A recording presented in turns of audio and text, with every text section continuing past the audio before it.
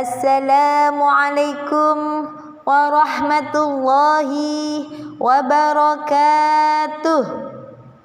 Selamat pagi warga Kota Tuban. Terimalah persembahan dari kami, RA Hidayatun Najah.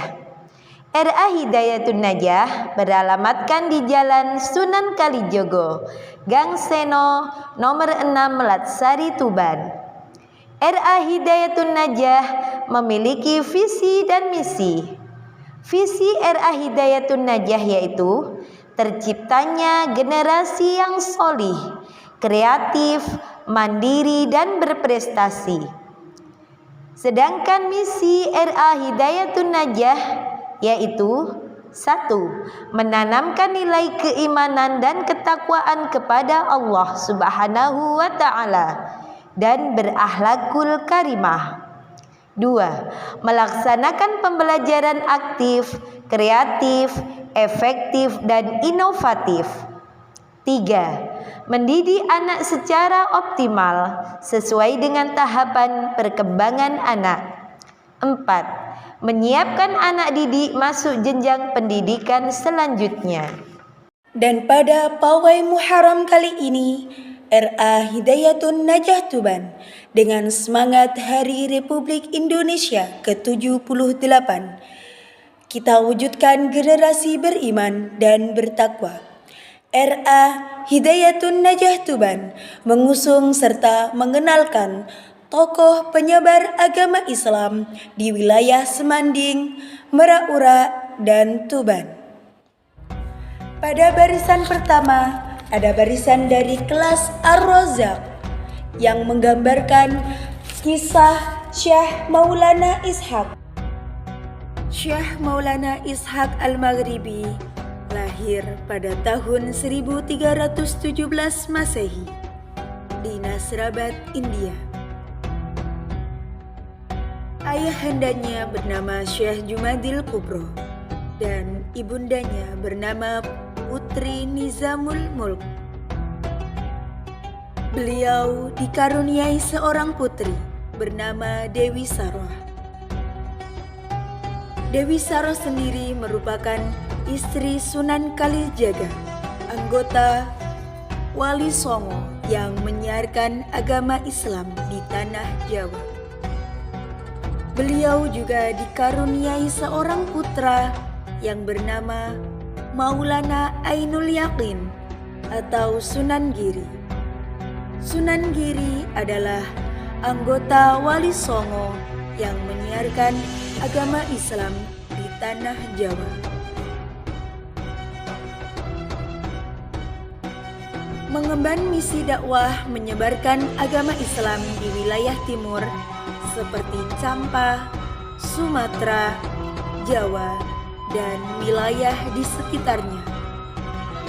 Di Kota Tuban sendiri banyak penduduk yang mempercayai beliau. Waliullah tersebut dimakamkan di lingkungan Dondong, Kelurahan Gedung Ombo, Kecamatan Semanding, Kabupaten Tuban.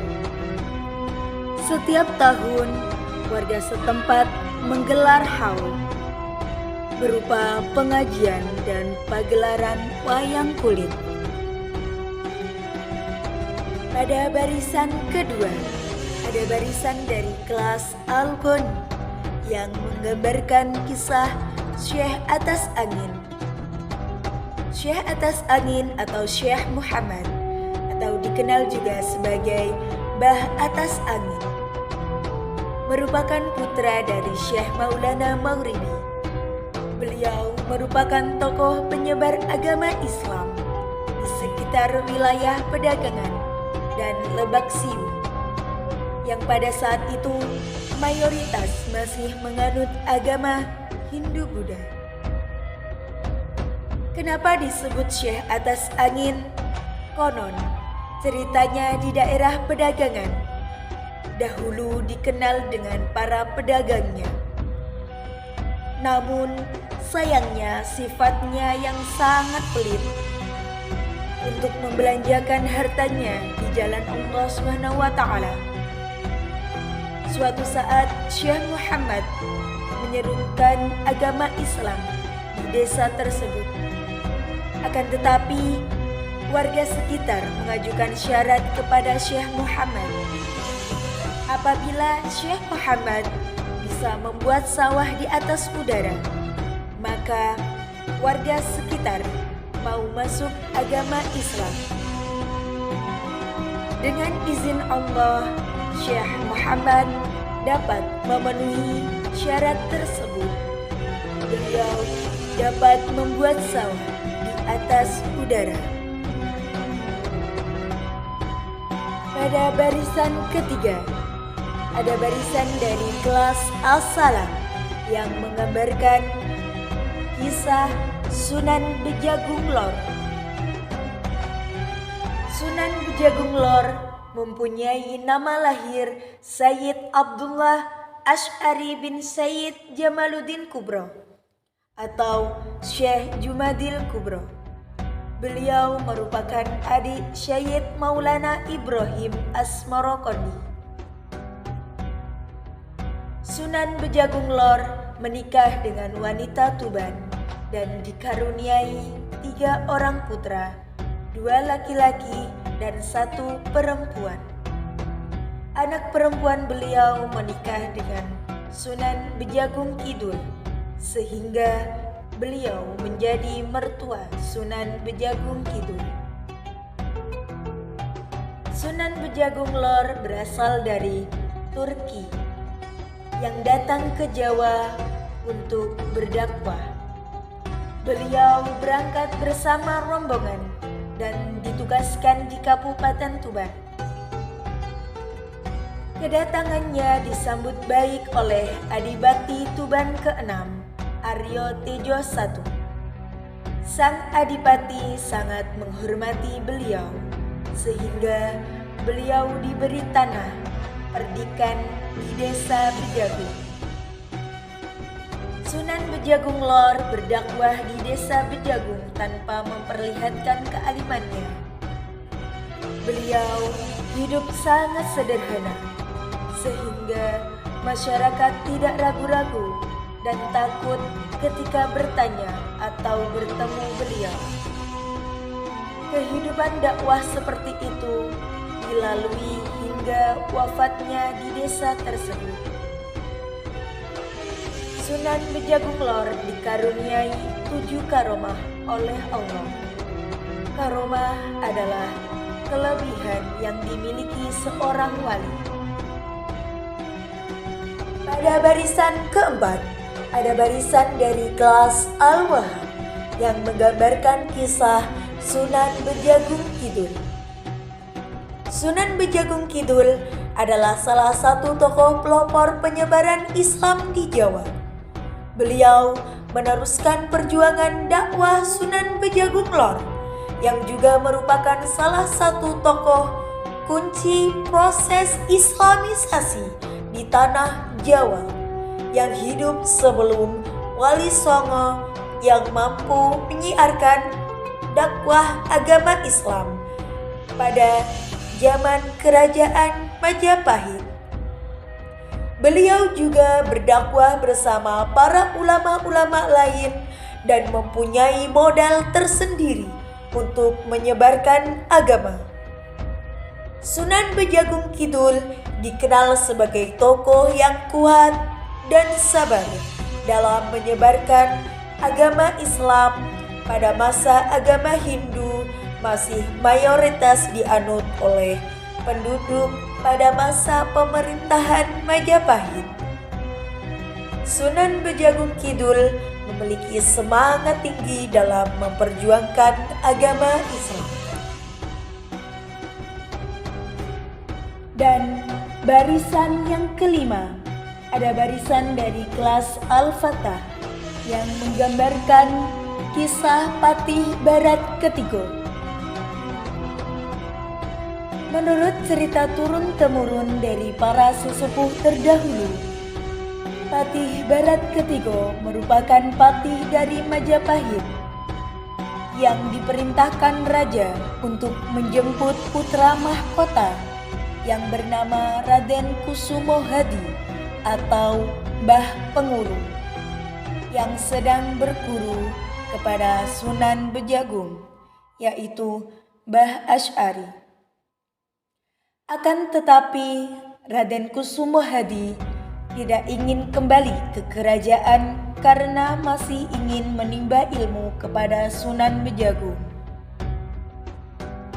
Sehingga Kusumo Hadi meminta perlindungan dari Sunan Bejagung untuk dibuatkan pagar gaib agar Patih Barat ketiga tidak bisa masuk.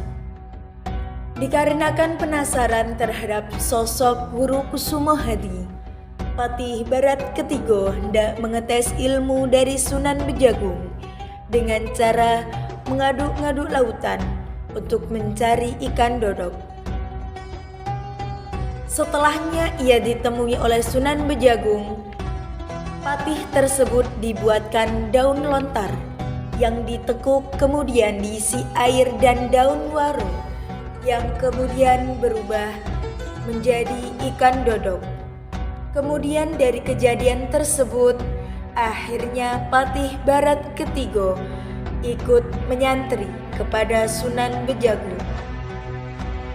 Makam Patih Barat ketiga atau yang dikenal juga dengan sebutan Mbah Panjang tersebut terus dibangun oleh pemerintah Desa Perunggahan Wetan sebagai bentuk menghormati atau uri-uri leluhur, juga diharapkan mampu diangkat sebagai objek wisata religi dan sejarah yang ada di Kabupaten Tuban, seperti Sunan Bonang ataupun Sunan Bejagung. Pada barisan ke-6 ada barisan dari kelas Al-Ghani yang menceritakan kisah Kiai Saleh Kelapa Telu. Nama Kelapa Telu memang tidak lagi terdengar di tengah kehidupan masyarakat pada umumnya, sebab nama ini dianggap hanya nama kenangan masa lalu dan tidak lagi menarik untuk diperbincangkan.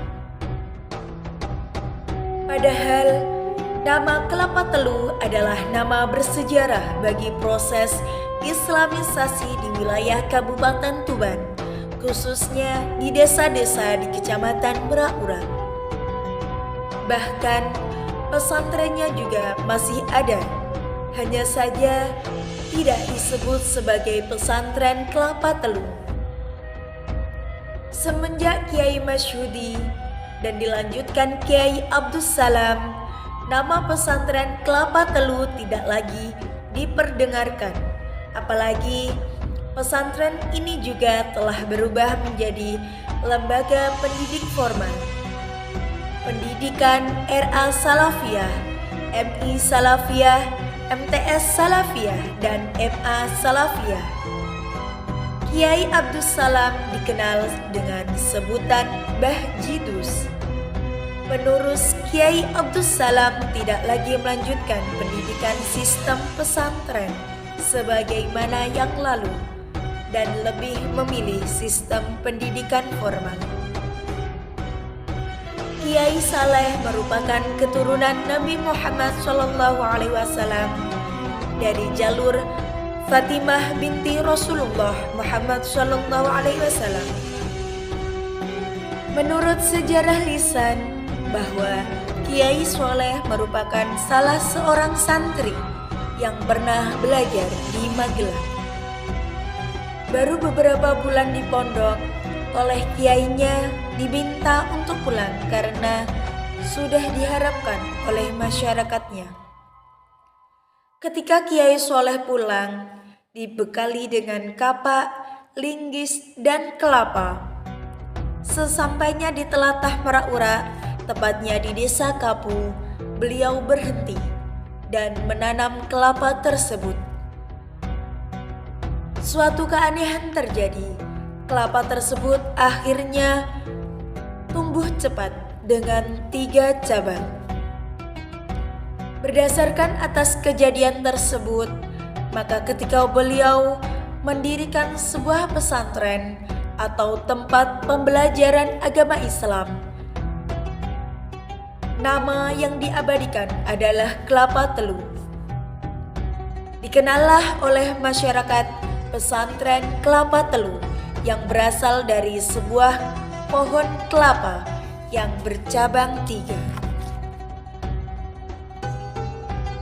Pada barisan yang ketujuh, ada barisan dari kelas Al-Latif yang menggambarkan kisah Syekh As-Samadiyah. Syekh As-Samadiyah berasal dari Dusun Morosemo, Desa Sumberagung, Kecamatan Pelumpang. Mbah Samadiyah, sebutan akrabnya masyarakat kala itu, setiap harinya melakukan aktivitas beribadah dari Morosemo menuju ke Masjid Agung Tuban. Di tengah perjalanan, saat melewati tempat Belanda sedang memutar musik, dengan seketika musik mati secara otomatis.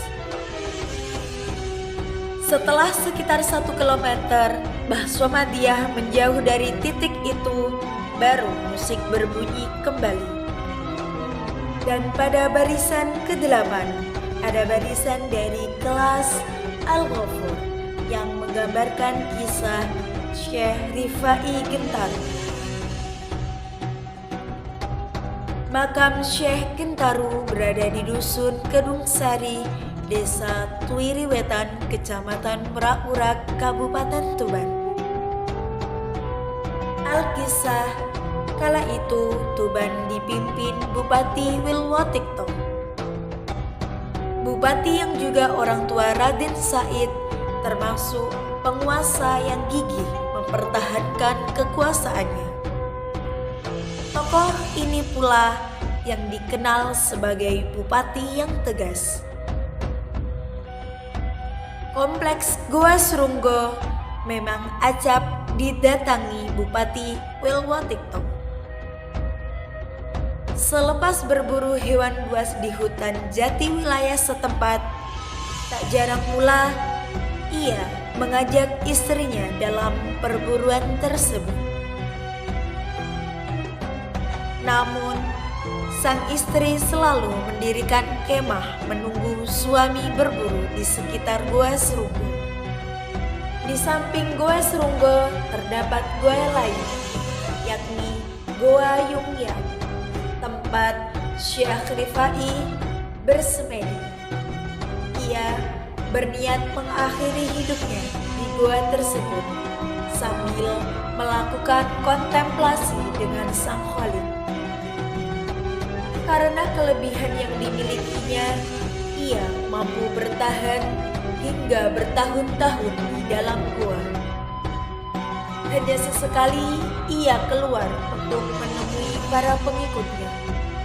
Namun, keterangan warga setempat, dinding Goa Yungyang dulu selalu muncul penampakan Syekh Rifai. Warga meyakini itu terjadi karena karomah dan kesaktian sang Syekh. Istri Wilwotikto sempat menengok dalam Goa Yungyang hingga mengetahui di dinding ada penampakan pria ganteng yang santun tersebut. Bahkan perempuan nomor 1 di jajaran Kabupaten Tuban itu meminta suaminya agar sering berburu. Dengan cara itu, ia bisa sering bertemu dengan Syekh Rifai, sekalipun sekedar melihat wajahnya di dinding goa. Wilwotikto pun akhirnya mencium keanehan dari permaisurinya. Ia pun memerintahkan aparatnya untuk menelisik dan menyusuri lorong Goa Yungyang. Disitulah ditemukan Syekh Rifai yang masih terlihat sebagai lelaki muda dan gagah. Syekh Rifai pun akhirnya diseret keluar goa. Ia diadili oleh Wilwotikto dengan tudingan telah membuat istrinya terpikat. Di tengah amuk api cemburu, Wilwotikto pun menjatuhkan hukuman pancung pada Syekh Rifai.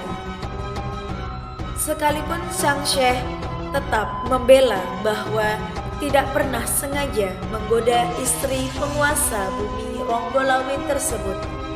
Akhirnya Syekh Rifai mengajukan syarat untuk membuktikan ketidaksalahannya. Jika setelah dipancung, darah yang keluar dari tubuhnya berwarna merah, berarti dia memang bersalah. Akan tetapi, jika yang keluar darah putih, berarti dirinya tidak bersalah. Syarat itu disetujui oleh Wilwatikto. Hukuman pancung pun dilakukan. Setelah kepalanya terpenggal, yang keluar adalah darah putih. Cairan darah putih tersebut juga memunculkan aroma harum bunga. Selain itu, setelah raganya menyentuh tanah, kepalanya kembali menyatu dengan badan dan jasad pun kembali hidup. Beberapa kali hal itu terjadi hingga akhirnya setelah kepalanya terpisah, dimakamkan berjauhan. Meski masih dalam kompleks sumber air Gua Srunggo, Wilwatikto menyesali keputusannya. Dalam rasa sesal mendalam, penguasa Tuban itu meminta jasad Syekh Rifai dimakamkan secara baik, bukan sebagai pesakitan yang telah melakukan tindak pidana. Sesuai pesan yang disampaikan para pengikutnya, badan Syekh Rifai pun akhirnya dimakamkan di wilayah Sidomukti, sedangkan kepalanya dimakamkan di kompleks Gua Srunggo. Pada barisan ke-9 ada barisan dari kelas Al-Sobur yang menggambarkan kisah Sunan Jogo Belo. Makam Sunan Jogo Belo berada di pemakaman umum Kelurahan Sukolilo, Kecamatan Tuban, Kabupaten Tuban. Dari kisah yang beredar di masyarakat setempat, menyebutkan Sunan Jogo Belo merupakan salah satu nama Sunan yang jarang disebut dan dikenal dalam sejarah Wali Songo. Sunan Jogo Belo atau Syekh Mahmud bin Soleh dikenal masyarakat Tuban untuk mengajarkan pernikahan secara syariah Islam.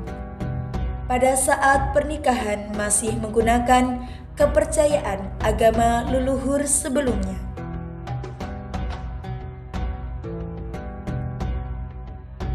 Pada barisan ke-10 ada barisan dari kelas Asyapur yang menggambarkan kisah Sunan Bonang. Sunan Bonang atau Raden Makhdum Ibrahim merupakan salah satu ulama anggota Wali Songo sebagai penebar syiar Islam di Jawa pada abad ke-14 Masehi. Sunan Bonang merupakan putra keempat Raden Rahmat atau Sunan Ampel. Dari perkawinan dengan Nyai Ageng Manila, putri Bupati Tuban Arya Tejo. Raden Makhdum Ibrahim lahir pada 1465 Masehi di Surabaya dan tumbuh dalam asuhan keluarga ningrat yang agamis. Pendidikan Islam diperoleh Raden Makhdum Ibrahim pertama kali dari ayahnya sendiri di pesantren Ampel Denta. Sunan Bonang juga dikenal sebagai seniman yang berdakwah dengan menggunakan perangkat seni. Raden Makhdum Ibrahim adalah penemu salah satu jenis gamelan dengan tonjolan di bagian tengahnya atau yang kerap disebut bonang. Dari situlah julukan Sunan Bonang disematkan kepada Raden Makhdum Ibrahim. Pada barisan yang terakhir ada barisan dari kelas Ar-Rahman yang menggambarkan Syekh Jalaluddin Tuban. Syekh Jalaluddin Tuban merupakan seorang aulia penyebar agama Islam. Beliau kakek buyut Sunan Kalijogo yang juga saudara Sunan Ampel. Makam beliau sekitar sepanjang kurang lebih 6 meter. Adapun mengenai makam Syekh Jali yang panjangnya sampai 5 meter adalah suatu hal yang luar biasa. Namun, bila ditafsirkan bahwa maksud makam Dawa itu merupakan suatu kiasan, bahwa tujuan mengislamkan Pulau Jawa memerlukan waktu yang cukup panjang, karena masyarakat Jawa Timur pada saat itu masih memeluk agama Hindu dan Buddha. Demikianlah rangkuman cerita dari kami. Selamat menyaksikan. RA Hidayatun Najah, solih, kreatif, mandiri, dan berprestasi. Wassalamualaikum warahmatullahi wabarakatuh.